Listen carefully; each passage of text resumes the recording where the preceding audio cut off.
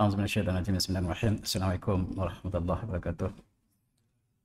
Alhamdulillah, alhamdulillahirabbil wa bihi nasta'in. Assalatu wassalamu ala asyrafil mursalin wa alihi washabihi ajmain amma ba'du. Alhamdulillah Tuan Imam, Tuan Pengerusi, muslim-muslimat yang dirahmati sekalian. Izinkan saya pada pagi ini untuk bincangkan tajuk dialog antara Islam Kristian dalam konteks sirah dan juga yang berlaku hari ini.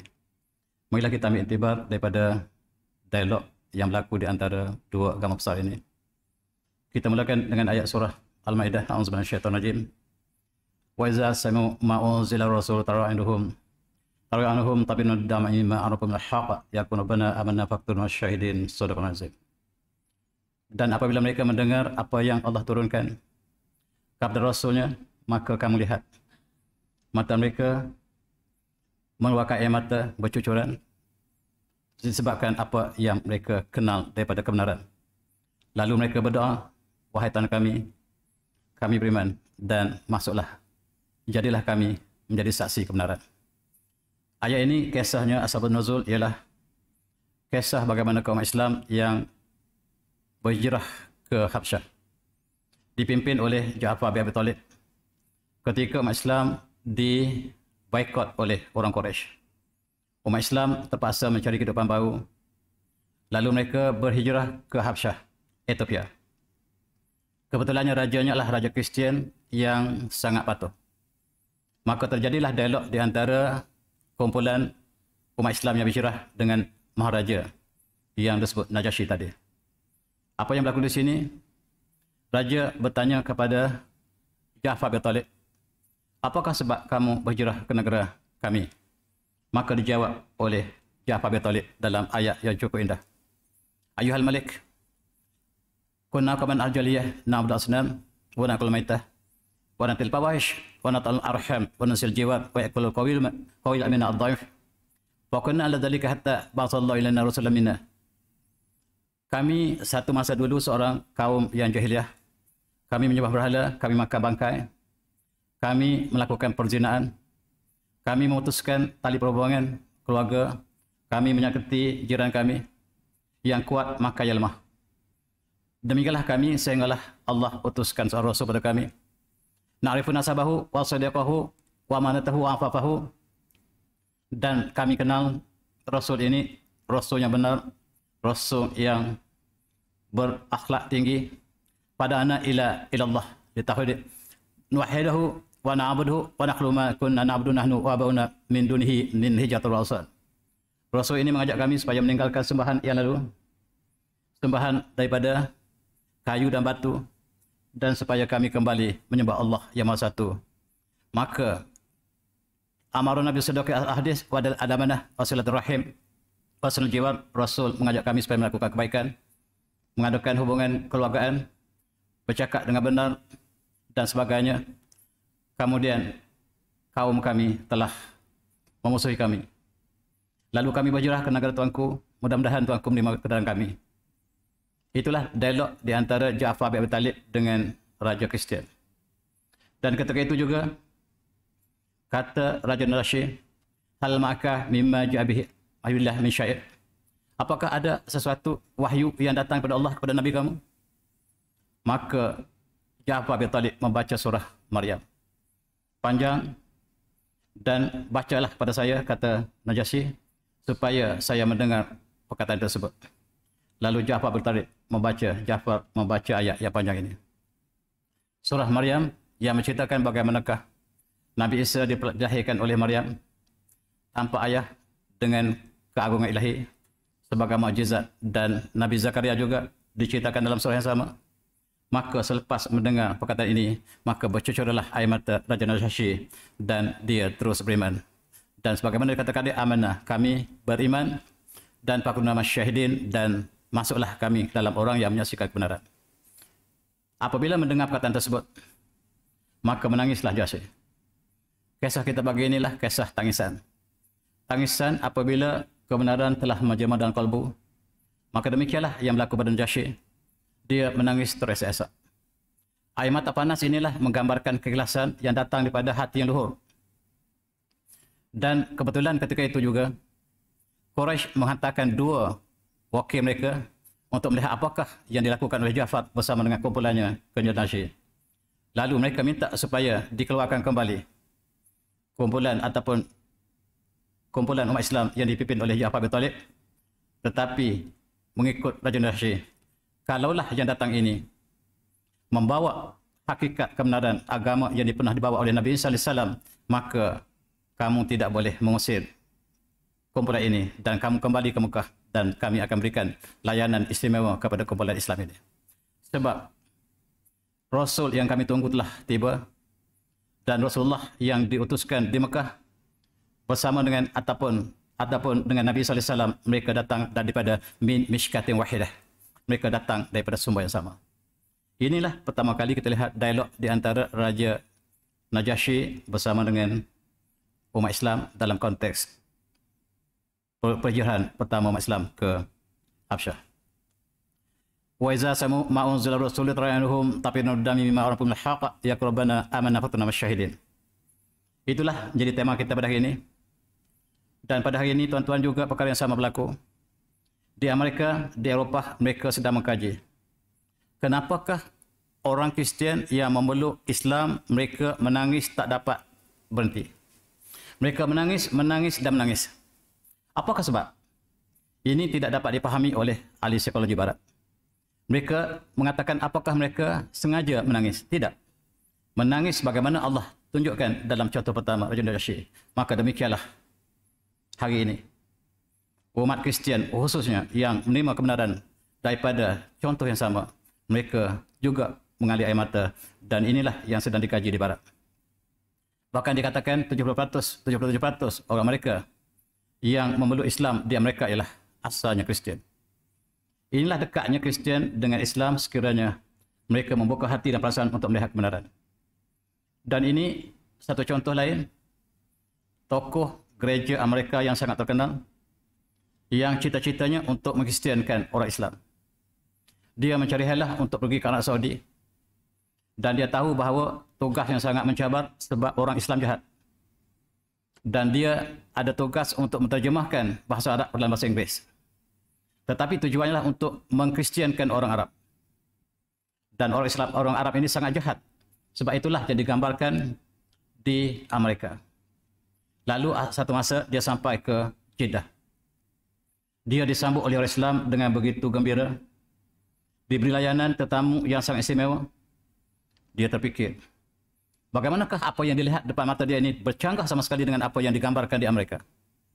Dan apabila dia mengenal kebenaran, tujuannya adalah untuk mengkristiankan, tetapi akhirnya dia yang diislamkan oleh penduduk Jeddah. Dan air matanya bercucuran. Air matanya bercucuran sebaik saja yang mengucap syahadah. Dan ini berlaku kepada setiap orang Kristian masuk Islam. Inilah yang tidak dipahami oleh orang Barat. Dan dalam satu peristiwa, pendakwah mereka yang terkenal, Yusuf ST, membuat satu perbincangan dalam Dewan Terbuka. Dan Negro ini mencabar pendakwah ini untuk membuktikan bahawa Jesus Christ tidak pernah disalib. Sebab dalam Kristian utama, keimanan utama mereka ialah Nabi Isa disalib. Dan sekiranya Tuhan dapat membuktikan bahawa Nabi Isa AS ataupun Jesus Christ yang mereka sebut itu tidak disalib, saya akan memeluk Islam, dia kata. Dia mencabar. Lalu dihurai sepanjang sejarah Kristian. Dan bagaimanakah persaliban Jesus Christ ini menjadi tema kepada Kristian, dijelaskan oleh tokoh ini, maka terus dia mengucap syahadah. Dan apa yang saya sebutkan ini, air matanya bercucuran.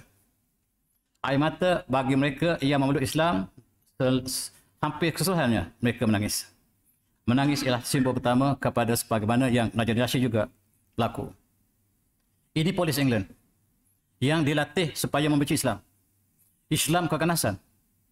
Akhirnya dia mengenal kebenaran. Dan dia mengatakan, saya tidak boleh berhenti menangis. Sepanjang hari saya menangis. Ini sifat apabila kebenaran telah menjadi saksi. Dia sudah menjadi kebenaran Fakatubna masyahidin. Kenapakah mereka menangis?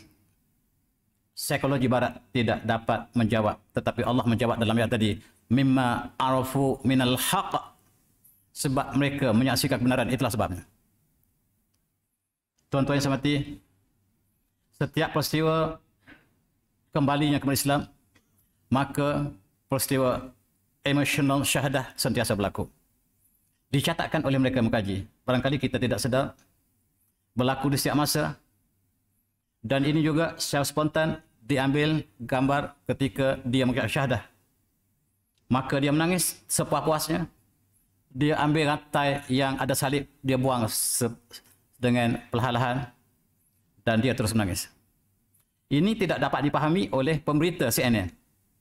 Mereka merakamkan peristiwa ini, tetapi mereka tidak faham. Dan Allah menyatakan mimma arafu minal haqq, sebab mereka menyaksikan kebenaran dan kebenaran itu datang daripada hati yang luhur, dan hati yang luhurlah mengeluarkan air mata yang panas. Demikian juga ini. Mereka bersahabat sejak sekolah. Seorang memeluk Islam tetapi seorang lagi tidak. Akhirnya yang seorang lagi memeluk Islam juga, maka mereka berpelukan, air mata keluar daripada kedua-duanya. Sahabat sejati, sahabat yang tidak perlukan balasan. Inilah yang berlaku dan peristiwa ini terus berlaku. Hari ini kita lihat bagaimanakah umat Islam bertambah dengan cepat di barat, sama ada Eropah atau Amerika, dan Islam ialah agama yang paling cepat berkembang di dunia hari ini. Islam is the truth, jawapan. Itulah sebab air mata mengalir menyaksikan kebenaran. Dan saya ingin berkongsi tuan juga dengan satu lagi peristiwa. Dan Allah menyatakan bahawa mimma arafu minal haqq, itu sebabnya. Mereka menangis sebab mereka menyaksikan kebenaran. Peristiwa yang satu lagi ialah peristiwa yang berlaku kepada utusan Rasulullah kepada Raja Herakles. Sahabat Rasulullah bernama Dihya Kalbi diutus oleh Rasulullah untuk sampaikan mesej kepada Raja Rom yang terkenal. Raja Rom baru saja mengalahkan Raja Parsi yang dicatatkan dalam, yang dirakamkan dalam surah Ar-Rum. Dan wakil ini membawa surat untuk menyeru Raja Herakles, Raja Perkasa ini kepada Islam. Ini surat Rasulullah. Inilah contoh Rasulullah yang ditulis kembali. Bunyi surat ini seperti berikut. Bismillahirrahmanirrahim. Min Muhammadin Abdullah wa Rasulihi izahil qal azim rum. Salamu ala man tamal huda aslim taslam. Surah ini daripada Muhammad Rasulullah, hambanya, kepada Herakles, Raja Rom. Sejahteralah mereka yang ikuti petunjuk. Hendaklah kamu Islam, nescaya kamu selamat. Aslim taslam. Rasulullah ulang sekali lagi. Islamlah kamu, nescaya kamu selamat. Yu'tikallah ajraka marataini. Sekiranya kamu Islam, maka Allah berikan kamu 2 kali ganjaran. Pertama, kamu beriman dengan Nabi Isa AS. Yang kedua, kamu beriman dengan saya, kata Rasulullah. Fa in tawallaita fa inalika ismu al-sirrin. Sekiranya kamu berpaling, maka seluruh dosa orang Aris, kita coba lihat siapakah orang Aris ini, akan tertanggung ke atas bahu kamu, kata Rasulullah. Dan Rasulullah tutup suratnya, qul ya ahli kitab ta'alu ila qur'atin sawa'in bainana wa bainakum alla na'budallah wa la nusyrika bihi syai'an wa la tahzaban ba'dan arbabin min dunillah fa in tawallaw faqul syahadu bi annana muslimun. Surat Rasulullah dihantar oleh Dihya Al-Kalbi terus ke tangan Raja Herakles. Raja Herakles bertapak di Konstantinopel, tetapi hari itu dia datang ke Jerusalem untuk menunaikan haji. Haji dilakukan di Mekah. Tetapi tuan-tuan orang Kristian menukar Mekah kepada Beersheba. Mereka menunaikan haji di Beersheba, satu kota di Palestin sekarang ataupun di Israel sekarang. Daripada Mekah mereka tertukar pada Beersheba, dan orang Kristian menunaikan haji di Beersheba. Dan surat diserahkan kepada raja ini. Lalu raja ini pun sangat terperanjat, sebab dia juga menunggu Rasul yang ditulis dalam kitab Injil dan Torah. Lalu dia ingin mencari kebenaran daripada surat ini. Siapakah orang Arab yang kenal kepada Rasul yang tulis surat padanya? Kebetulan musuh Rasulullah, Abu Sufyan, sampai ke Syam. Dia dalam satu ekspedisi kafilah perniagaan bersama rombongannya, dan Herakles mengetahui bahawa itulah orang Arab. Dia panggil Abu Sufyan ke istananya untuk bertanya tentang Rasulullah. Dan Rasulullah adalah musuh Abu Sufyan. Dan Abu Sufyan menceritakan hadis ini selepas dia memeluk Islam. Dia mengatakan, saya dijemput ke istana Hercules. Hercules bertanya saya, kamu cakap benar-benar pada saya adalah Maharaja Rom, Maharaja yang menguasai seluruh kawasan ini. Sekiranya kamu bohong dengan saya akan menghukum kamu dengan hukuman yang berat. Sekarang, kamu berdepan dengan saya. Kawan-kawan kamu di belakang. Kawan-kawan kamu sekiranya dia bercakap bohong, kamu angkat tangan. Saya tahu dia bohong. Dan Abu Sufyan mengatakan, saya ingin bohong sebab Muhammad adalah musuh saya. Tetapi karena saya takut pada raja, segala raja ini, maka saya bercakap benar. Kata Hercules, saya ingin tanya pada kamu, siapakah Muhammad? Apakah dia orang bangsawan ataupun orang bukan bangsawan? Ya, dia orang bangsawan. Apakah ada seseorang di Mekah yang menyatakan apa yang dia nyatakan? Tidak ada, selama ini tidak ada. Apakah ayahnya seorang raja atau tidak? Ayahnya bukan seorang raja. Apakah pengikutnya orang yang kuat ataupun orang yang lemah? Maka yang mengikutnya adalah orang lemah. Kami ditanya lagi, apakah orang yang masuk Islam itu kembali murtad ataupun keras terus dengan istiqamah dan pengikutnya bertambah? Bahkan kata Abu Sufyan, pengikutnya bertambah. Dan apakah kamu berperang dengan dia? Ya, kami berperang. Apakah keputusan? Keputusan adalah as-sajal. Maksudnya sekali kami menang, sekali kami kalah. Sekali dia menang, sekali dia kalah. Maka kata Hercules, saksikanlah bahawa dialah Rasulullah. Saksikanlah dialah Rasulullah yang kami tunggu. Dan saksikanlah kebenaran saya menyaksikan bahawa tiada Tuhan melainkan Allah dan Muhammad adalah Rasulullah. Itulah kata Hercules. Dan dia mengatakan, saya tanya kamu dan kamu telah menjawab. Apa yang kamu jawab itu ialah sifat seorang Rasul.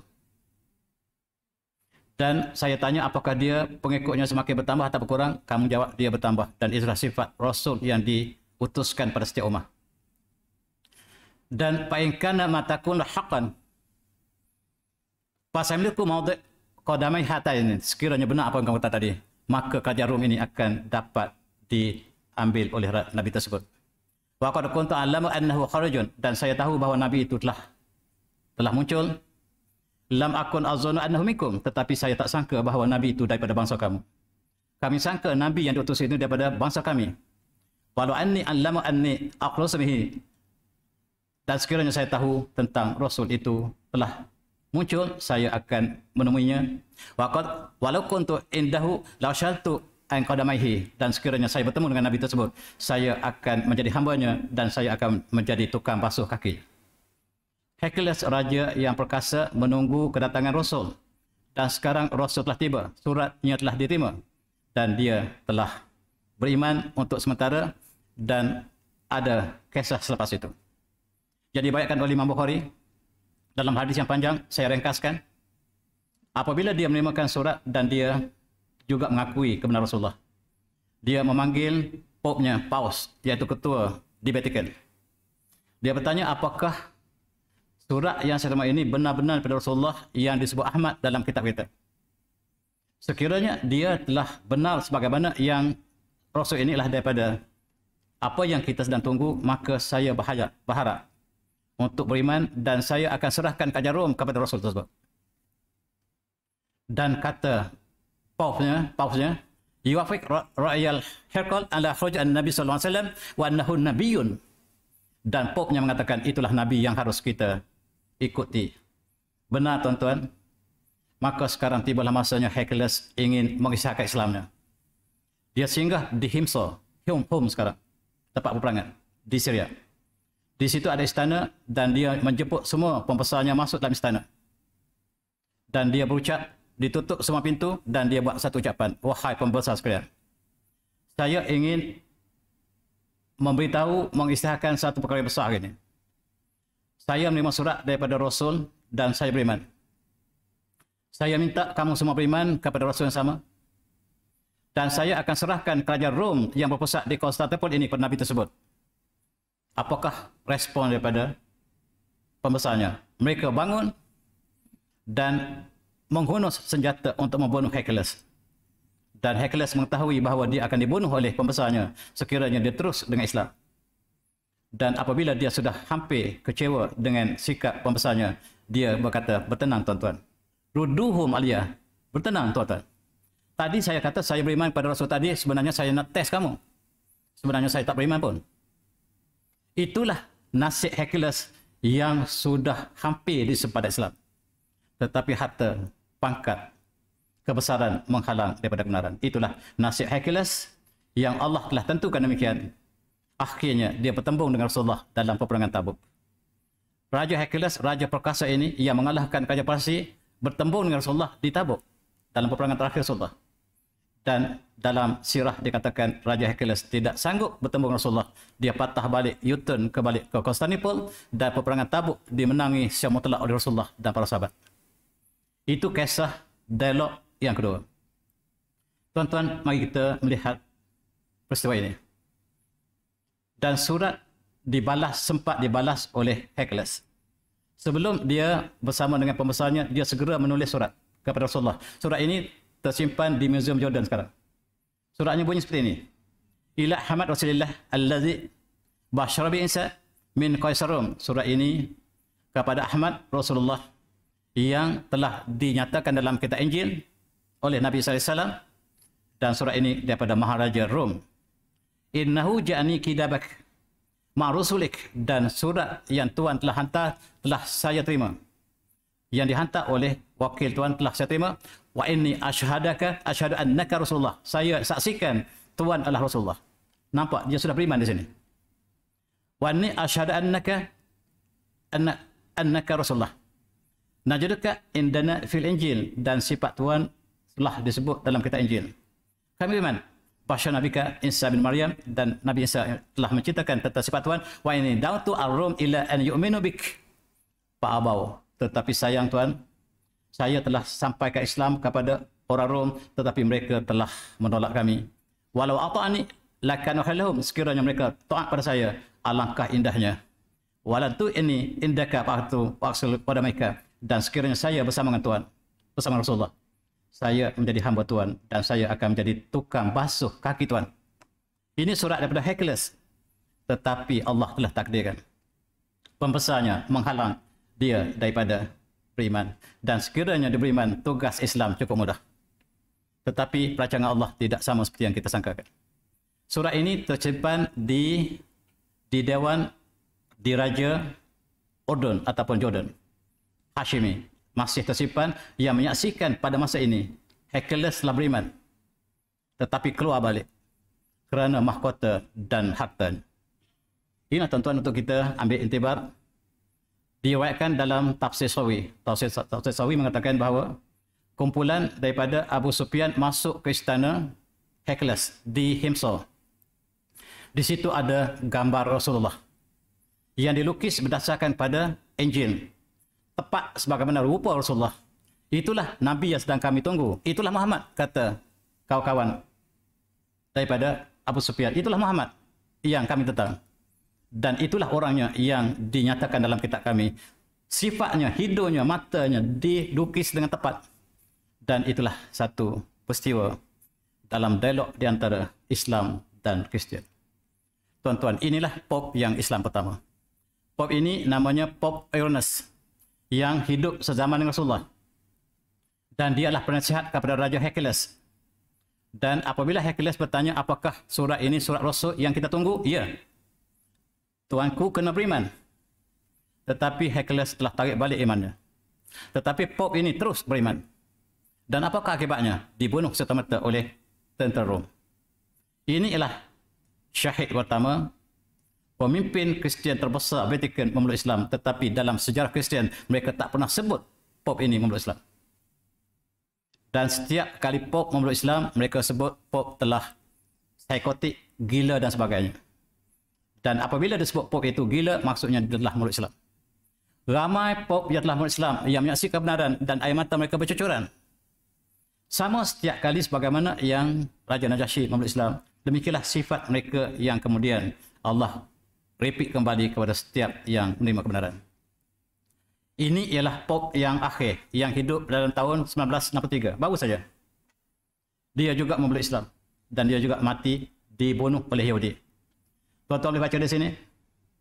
Dia mengisytiharkan keislamannya, tetapi dalam sejarah Kristian mereka tidak pernah akui.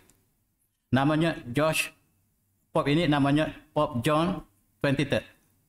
John 23 yang telah memeluk Islam ini diisytiharkan oleh umat Islam, tetapi dinafikan oleh Kristian hari ini. Kalau lihat sejarah Kristian, tuan-tuan lihat dalam sejarah mereka, resmi mereka mengatakan ini telah mati kerana sakit jantung. Itulah yang mereka sebut. Tetapi sebenarnya telah memeluk Islam.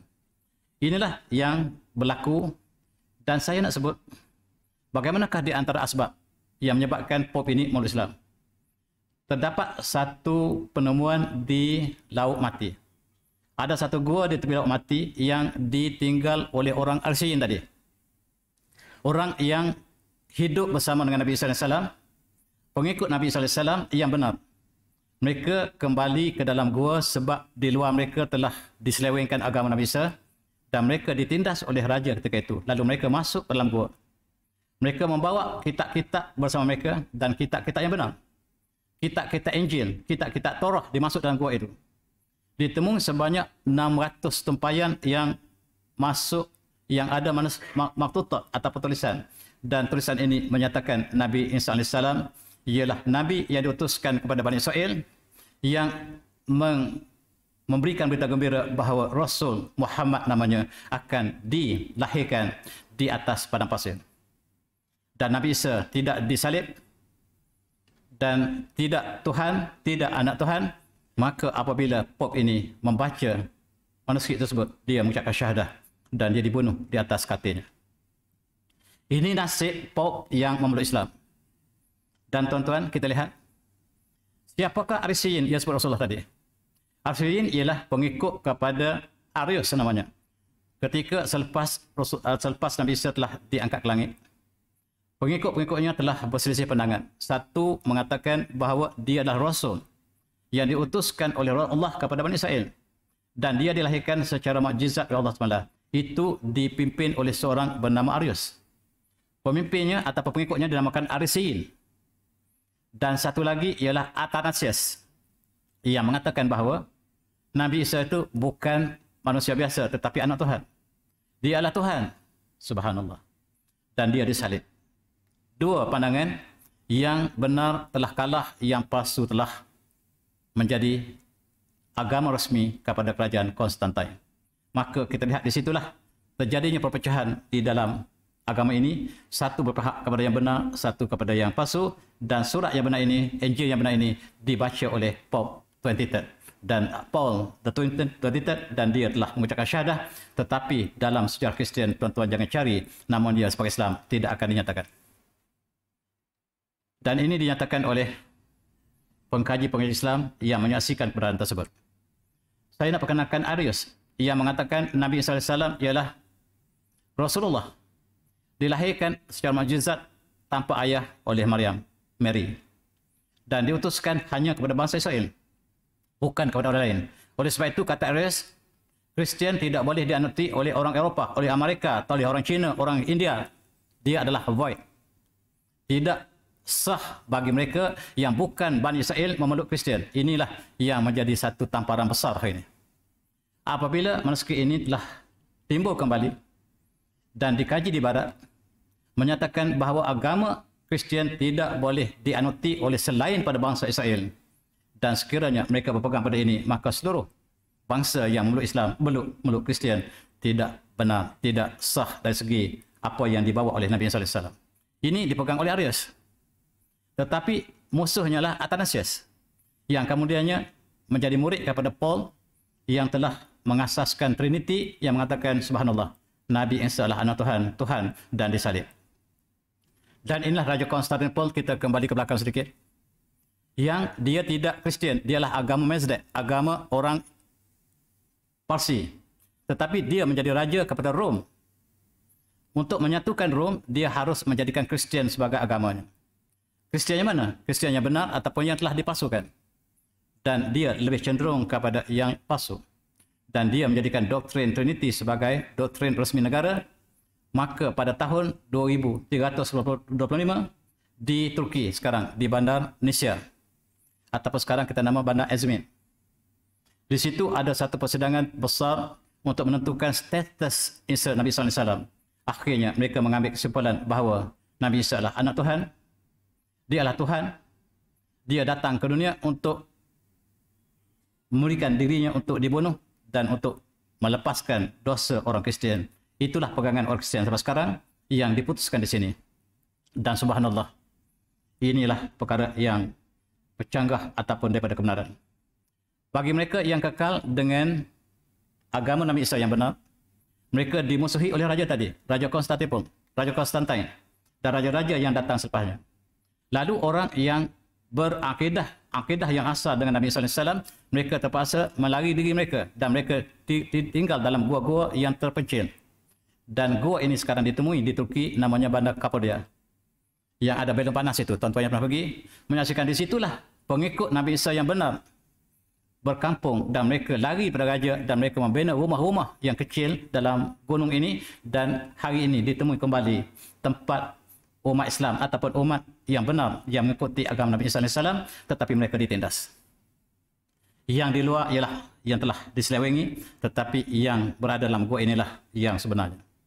Tuan-tuan lihat di Kapadokia, dan selain pada balon panas, tuan-tuan lihat sejarah yang berlaku di situ, sejarah yang penuh dengan tema kenabian. Dan kalau tuan pergi ke utara sedikit, ke Bolu ataupun ke Sania Urfa, di situ ada tempat sejarah Nabi Ibrahim AS, sejarah Nabi Ayub AS, dan kebanyakan Aram Anbiya tempat dilahirkannya lah di Turki. Nabi Ibrahim dilahirkan di Turki, di Haran, ataupun dalam ketika itu dalam kawasan Iraq, dan mengembara ke Palestin. Nabi Ayub juga di sini. Nabi banyak kenabian berada di sini, di kawasan yang dilawati. Tapi sayang, mutawif tidak menceritakan tentang kenabian yang menjadi latar belakang kepada sejarah Turki itu sendiri. Saya ingin berkongsi, tuan-tuan, kebanyakan intelektual Kristian mereka tidak berpegang pada Trinity. Mereka berpegang kepada Arius ataupun pandangan Nabi Isa adalah Rasul, bukan Tuhan, dan diutuskan kepada Bani Israel. Antaranya Newton bukan Kristian. Pegangannya lebih hampir dengan Islam. Dan di sebelah kanan ialah Thomas Jefferson, Presiden Amerika, juga berjuang di Amerika untuk mengembalikan kepada agama yang benar, tetapi masih tidak menerima Islam sebagai agama benar. Thomas Jefferson dianggap sebagai Presiden Amerika yang terbaik. Dalam satu kajian kepada rakyat Amerika baru ini, mereka pilih Presiden yang paling mereka suka, yang paling agung, mereka pilih Thomas Jefferson. Dan tulisan yang ditulis oleh Thomas Jefferson ini banyak bertemakan Islam. Sehingga orang menyangkakan dia Islam, tetapi dia bukan Islam. Tetapi pegangan dia adalah Allah yang satu, Nabi Isa adalah Rasul, dan akhlak yang mulia harus dijelmakan dalam masyarakat. Itulah pegangan Thomas Jefferson. Dia tulis banyak buku, tuan-tuan. Tetapi dia masih belum Islam. Selain pada itu, kebanyakan Presiden Amerika, mereka berpegang kepada Arius, Unitarian, yang kalau kita terjemahkanlah tauhidan, dia percaya pada satu dan hanya satu Tuhan. Dan kebanyakan Presiden Amerika yang sejak daripada George Washington sampailah kepada John Taft, mereka masih berpegang kepada Unitarian, dan inilah mazhab yang sudah hampir pupus sebab ini hampir dengan Islam. Dan di antara yang meluk Islam ramai di Amerika ialah kumpulan ini, kumpulan Unitarian, yang barangkali tuan-tuan tidak pernah dengar. Kumpulan Unitarian ini tidak mengakui Islam, tetapi mereka mengakui Nabi Isa bukan Tuhan, dia adalah Rasul, dan dianuti oleh kebanyakan Presiden Amerika, dan sekarang telah berkembang luas ke dunia. Dan saya ingin berkongsi juga, ditulis oleh seorang Yahudi bernama Richard Rabenstein yang musuh kepada Kristian. Dia adalah pensyarah di Amerika. Dia menulis buku yang sangat terkenal, When Jesus Became God. Bilakah Jesus, Nabi SAW, menjadi Tuhan? Diceritakan dengan detail. Dan tuan-tuan, saya ingin berkongsi satu lagi.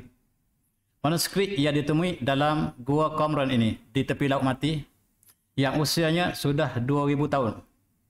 Yang ditulis sebelum Nabi Isa AS, kitab Taurat yang hampir kepada Taurat yang benar, berbeza sama sekali yang apa ada dalam The Old Testament sekarang. Dan dia mempunyai 600 koleksi yang kebanyakannya tidak terdapat dalam Bible sekarang. Dia menyaksikan kebenaran, dan setiap manuskrip ini menyaksikan kedatangan Rasulullah yang sedang dinanti oleh seluruh orang Yahudi. Tetapi sayang, ini tidak dikeluarkan. Ini tidak dibenarkan untuk dikaji. Yahudi menyembunyikan dan disimpan di parlimen, di depan parlimen Jerusalem ataupun Tel Aviv. untuk menjaga supaya tidak siapa yang membacanya. Sebab dalam ini sekiranya manuskrip ini dikeluarkan, maka dua agama terbatal secara semata-mata. Satu adalah agama Judaism, yang kedua adalah Kristian, segala mazhabnya terbatal dengan manuskrip ini. Dan oleh sebab itulah Pope yang membaca manuskrip ini telah memeluk Islam satu demi satu. Tetapi tuan-tuan, kita lihat inilah manuskripnya, yang jelas mengatakan bahawa Nabi yang akan diutuskan adalah Muhammad Rasulullah. Akan diutuskan di atas padang pasir. Dilahirkan di padang pasir di Mekah. Tempat dilahirkanlah namanya Paran. Paran adalah nama Mekah yang lama. Nama Mekah lama adalah Paran. Dilahirkan di Paran dan akan berhijrah ke Taimat ataupun ke Madinah. Itu sebab orang Yahudi ramai berada di Madinah untuk menunggu Rasulullah. Tetapi apabila Rasulullah diutuskan ke Madinah, mereka lah yang pertama yang menolak Rasulullah. Dan Allah menyatakan dalam surah yang lain, A'udzubillahi minasyaitonir rajim, ya ahli kitab la taghlu finikum wa la taqunullahi al-haqq.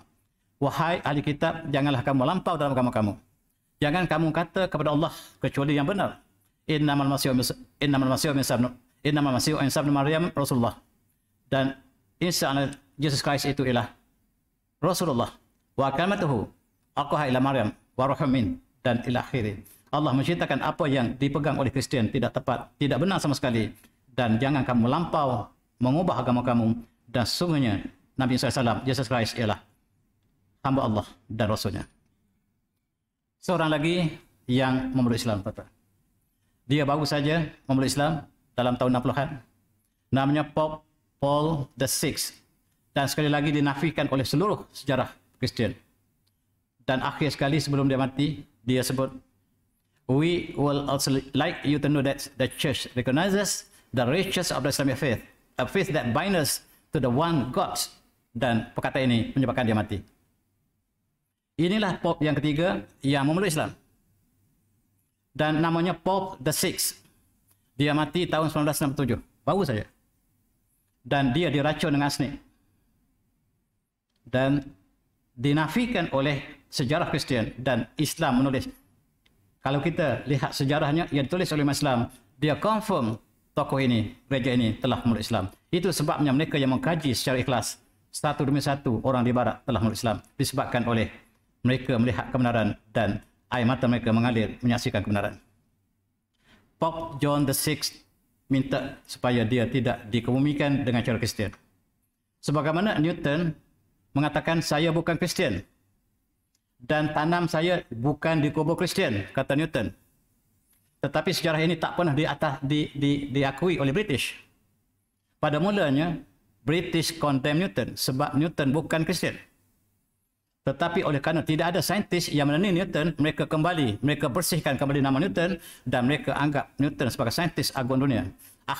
Asalnya mereka condemn Newton sebab Newton mengisahkan dia bukan Kristian. Sejarah masih luas untuk dikaji.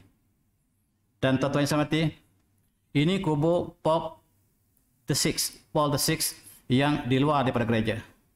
Dia mengatakan, biarlah jasad saya di atas tanah yang terbuka.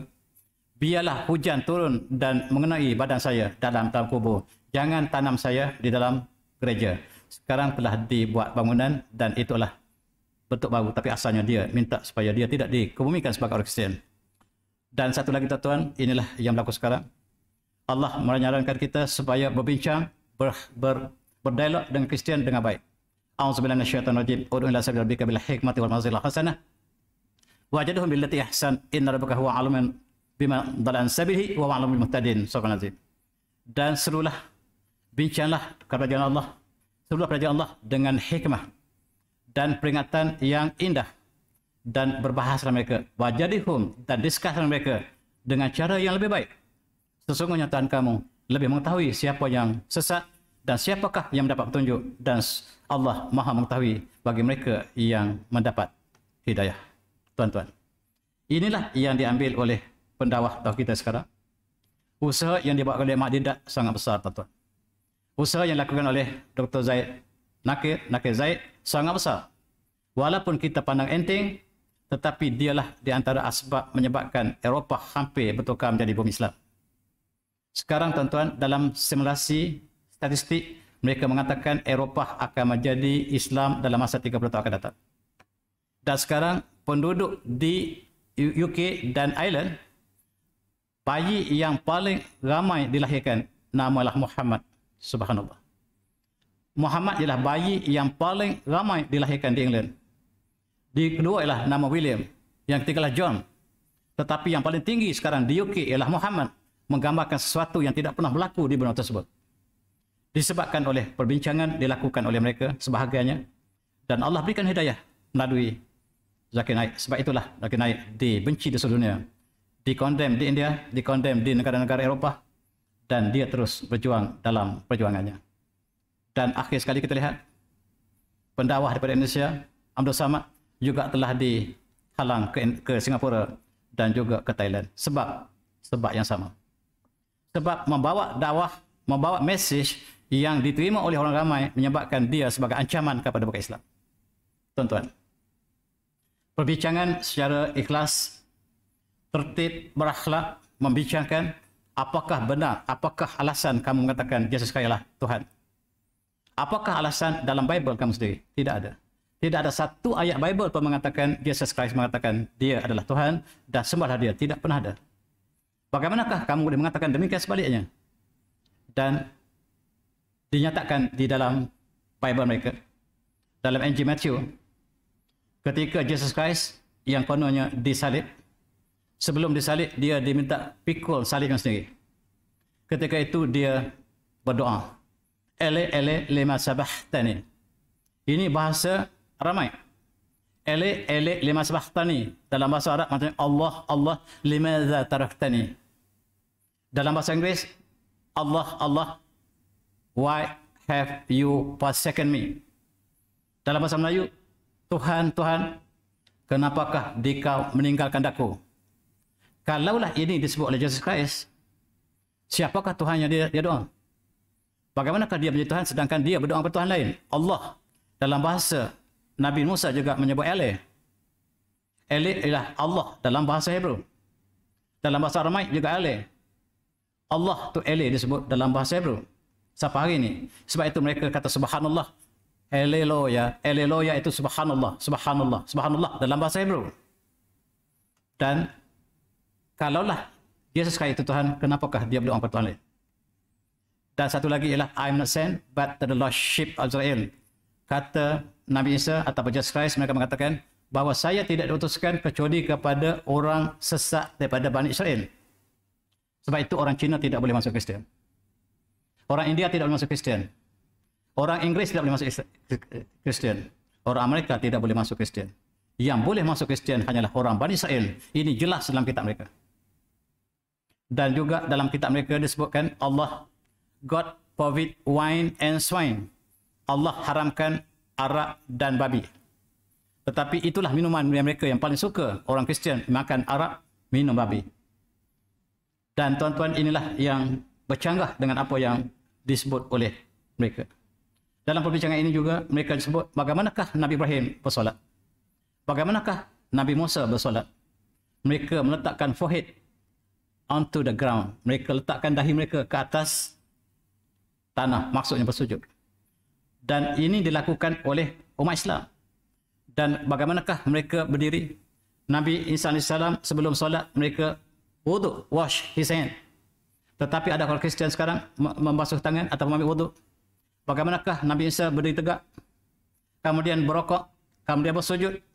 Dan ini tak pernah dilakukan oleh orang Kristian, tetapi dilakukan oleh umat Islam. Maksudnya umat Islam lebih dekat dengan agama mereka sendiri.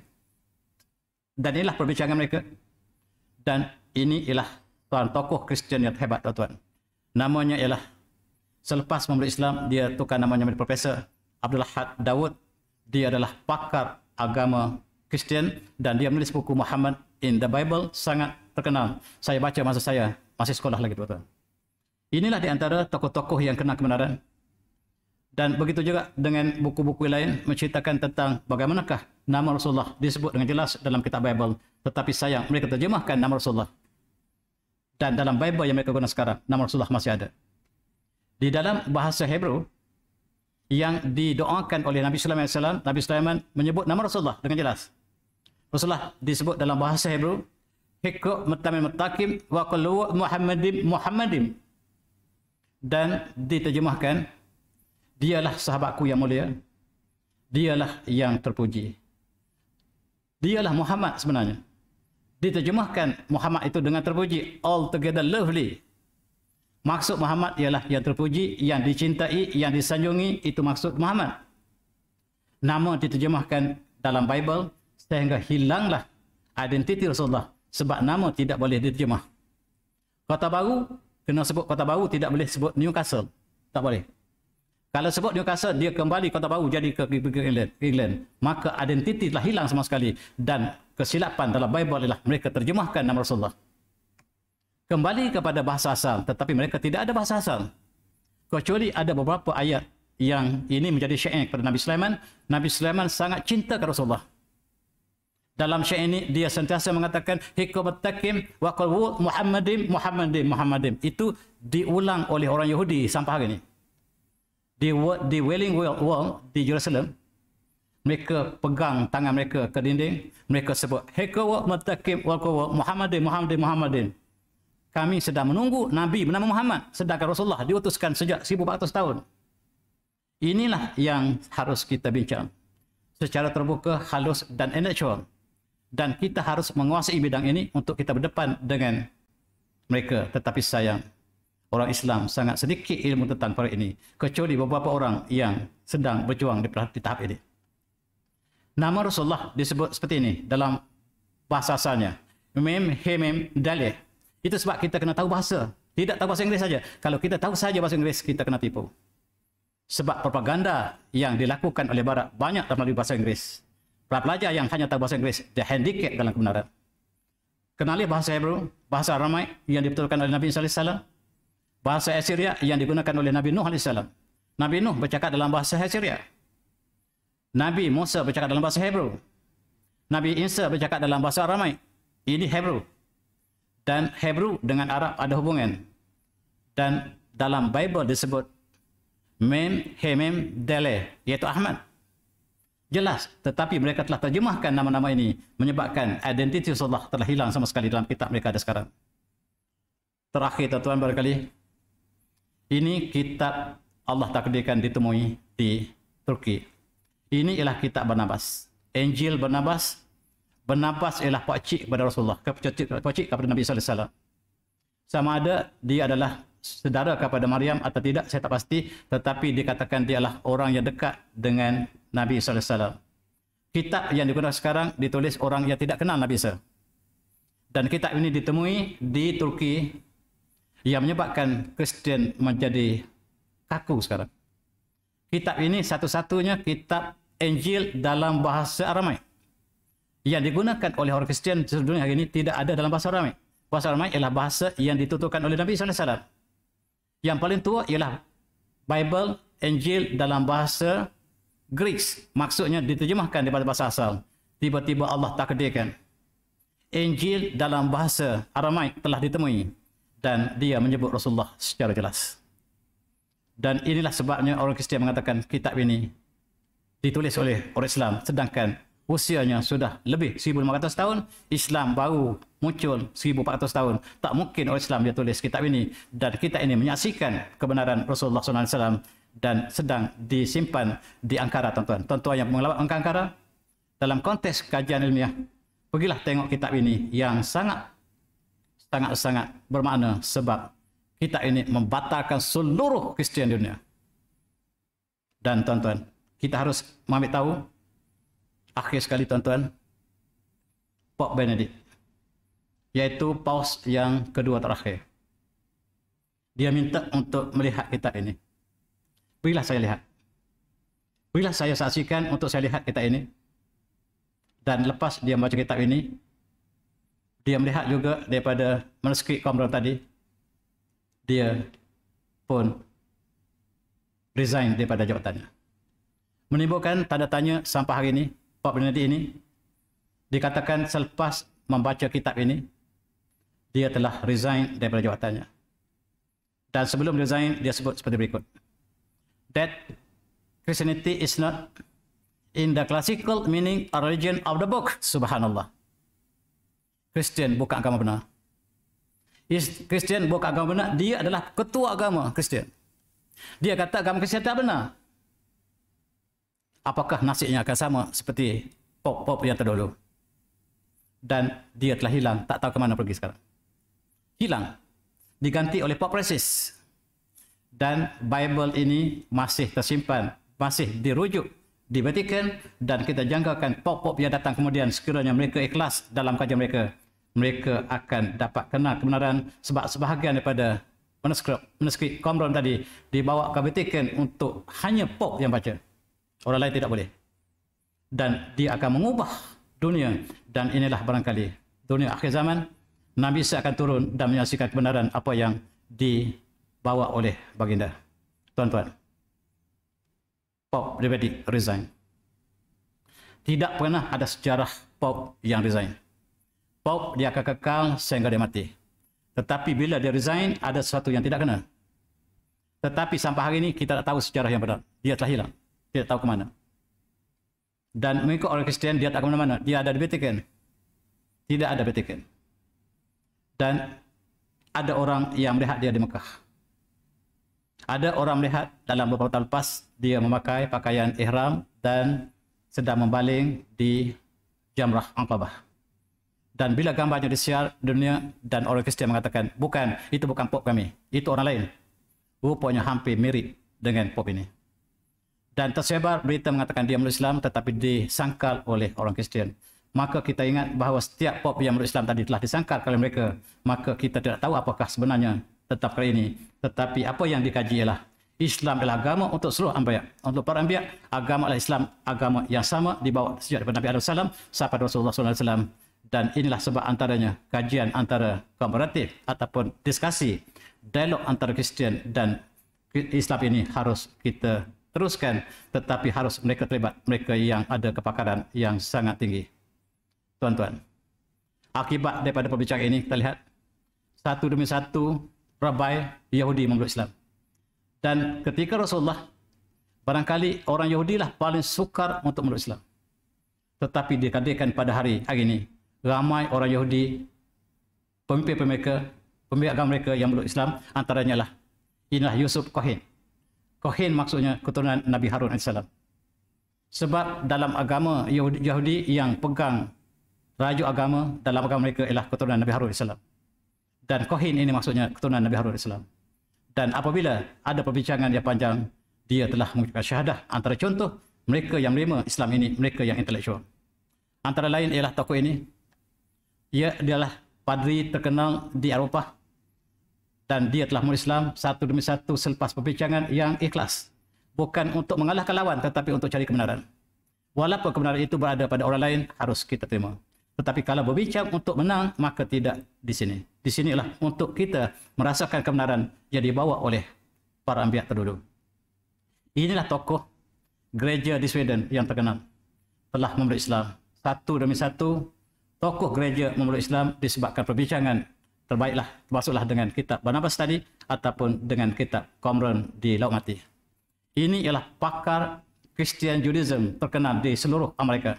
Namanya ialah Gerard Dick, yang telah memeluk Islam selepas mengkaji perbandingan agama yang begitu mendalam, dan dia adalah lepasan Universiti Harvard. Dia pernah menjadi pelajar terbaik Harvard dalam perbandingan agama, dan sekarang dia memilih Islam selepas perbincangan yang panjang. Maka ini harus disertai oleh mereka yang pakar dalam bidang ini. Satu demi satu tokoh intelektual Eropah telah memeluk Islam, antaranya disebabkan perbincangan yang kita sebutkan tadi.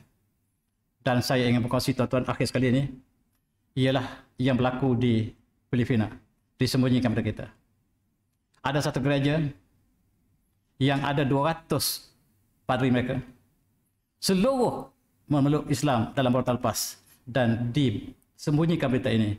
200 telah memeluk Islam disebabkan perbincangan yang ada dalam kitab Barnabas dan kitab yang tadi, maka Allah berikan terbuka hati mereka dan mereka telah memeluk Islam. Antara mereka adalah Ustaz Ahmad Jawiya ini, yang telah dihantar ke Mekah untuk mengkaji Islam secara mendalam, dan dia kembali ke Filipina untuk berdakwah di Pulau Luzon, yang asalnya Pulau Luzon adalah Pulau Islam. Pusat pemerintahan di Luzon namanya Ya Amanillah.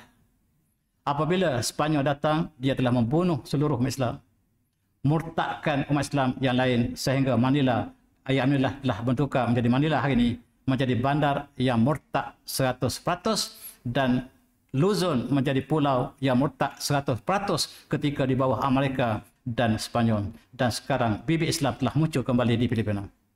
Tuan-tuan, ini juga contoh-contoh yang lain yang apabila perbincangan tentang dialog ini, seorang demi seorang yang Allah berikan hidayah melalui usaha yang sama. Dan satu demi satu, tuan-tuan boleh lihat, tokoh-tokoh yang terkenal dalam YouTube juga telah menerima Islam dalam bentuk yang sama. Dan 20% yang memeluk Islam di Amerika ialah daripada orang yang convert daripada agama Kristian. Tuan-tuan, ini adalah pertama kali pemimpin Amerika Kongres yang memeluk Islam. Pertama kali. Dan dia dijangkakan ada harapan untuk menjadi Presiden Amerika. Sekiranya ini berjadi seperti Obama, maka dijangkakan bakal Amerika mempunyai Presiden pertama sekiranya tokoh ini, Morris Ellison ini, bakal dinobatkan melalui parti ataupun daripada parti Labour yang sangat dominan di Amerika, dan dialah antara tokoh-tokoh yang sedang cemerlang di Amerika sekarang. Dan jangan lupa juga tokoh ini, Presiden atau Profesor Jackie Yang yang dilahirkan di Taiwan, menjadi rakyat Singapura tak salah saya, yang menjadi saintis terbaik dunia, antara terbaik dunia hari ini, telah mengisytiharkan Islam mereka. Mereka yang menerima Islam ini, mereka yang berada di atas.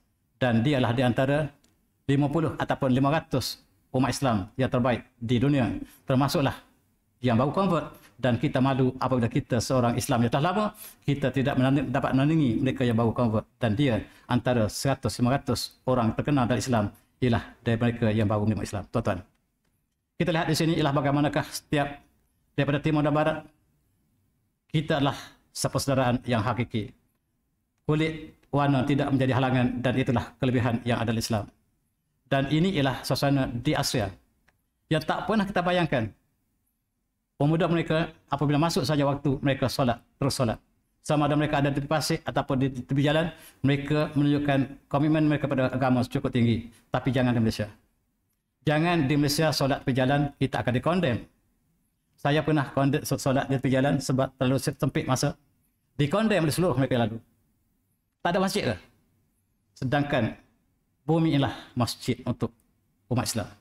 Dan kita lihat inilah suasana pemuda di Asia yang barangkali tidak dapat kita lihat di Malaysia. Mereka bersolat di mana saja. Ini satu fenomena baru hari ini. Bahkan inilah di Amerika. Mereka solat di mana saja. Sebab Islam yang mereka dapat adalah Islam by choice. Kita dapat Islam by birth. Kita dapat percuma, mereka dapat dengan usaha. Itu bezanya antara pemuda kita dengan pemuda yang memilih Islam sebagai agama yang hanif. Tuan-tuan, akhir sekali kita kenang dengan ayat ini. A'udzubillahi minasyaitonir rajim. Inna hazihi ummatukum ummatan wahidah wa ana rabbukum fa'budun. Dan sesungguhnya inilah umat kamu, umat yang satu. Dan aku, kata Allah, Tuhan kamu. Dan sembahlah aku. Dan itulah berkali falsafah kepada perbincangan kita hari ini. Saya minta maaf sebab terlewat. Dan saya tutupi dengan wabillahi taufiq. Assalamualaikum warahmatullahi wabarakatuh. Terima kasih.